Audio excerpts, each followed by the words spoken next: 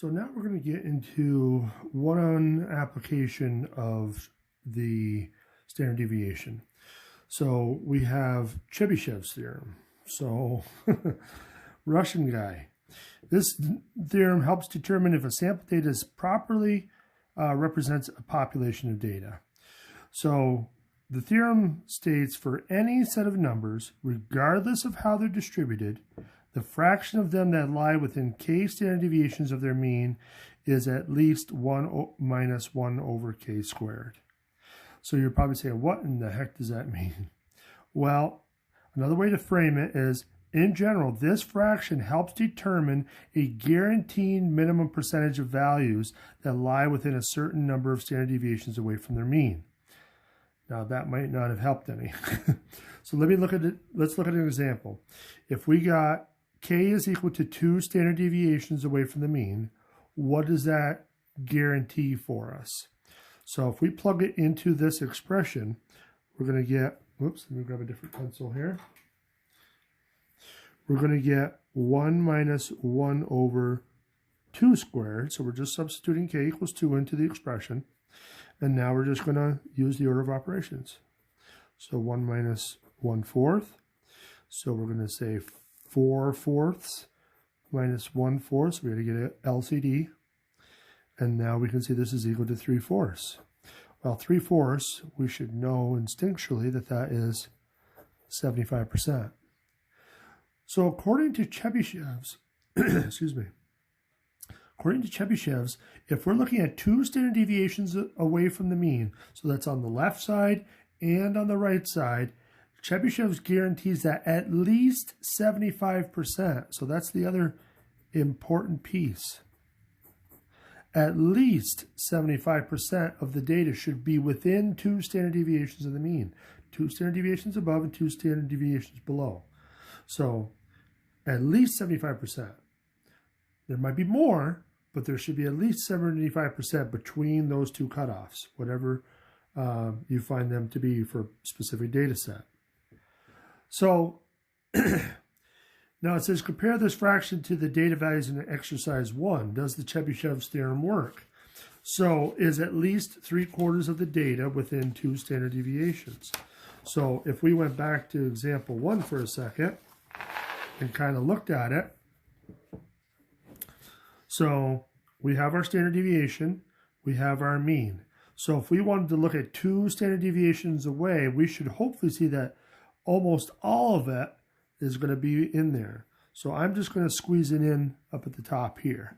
So if I take the mean and I subtract 2 standard deviations, what's that going to look like?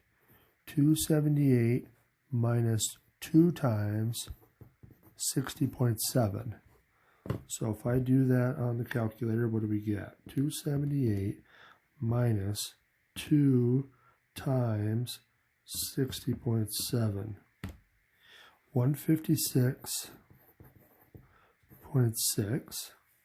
And then if we add 2 standard deviations,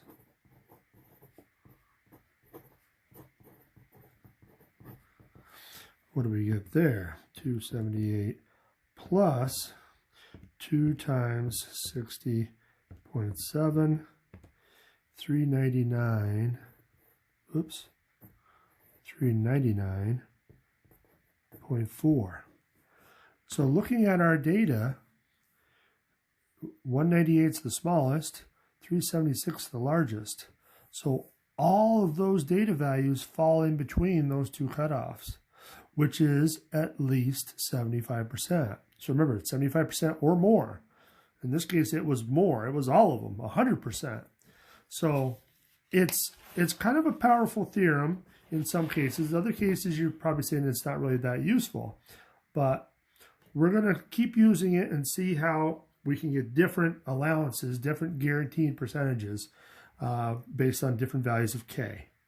So in this first problem, it says, find the least possible fraction of numbers in the data set lying within the given number of standard deviations from the mean. Give answers as standard fractions reduced to lowest terms. So all they want you to do is say that this is equal to k, and then substitute it in and see what we get. Now, they don't want a percentage, though. They want a fraction. So we're just going to leave our answer in fraction form. So if we do 1 minus 1 over 3 squared, we're going to get 1 minus 1 over 9, which is equal to 9 over 9 minus 1 over 9, which is 8 over 9. So for every 9 values, 8 of them would have to be between the cutoffs that are 3 standard deviations away. So again, pretty powerful. Now it gets a little more interesting when we have a fraction for k. So let's see how that one works. So we got 1 minus 1 over 5/3 squared.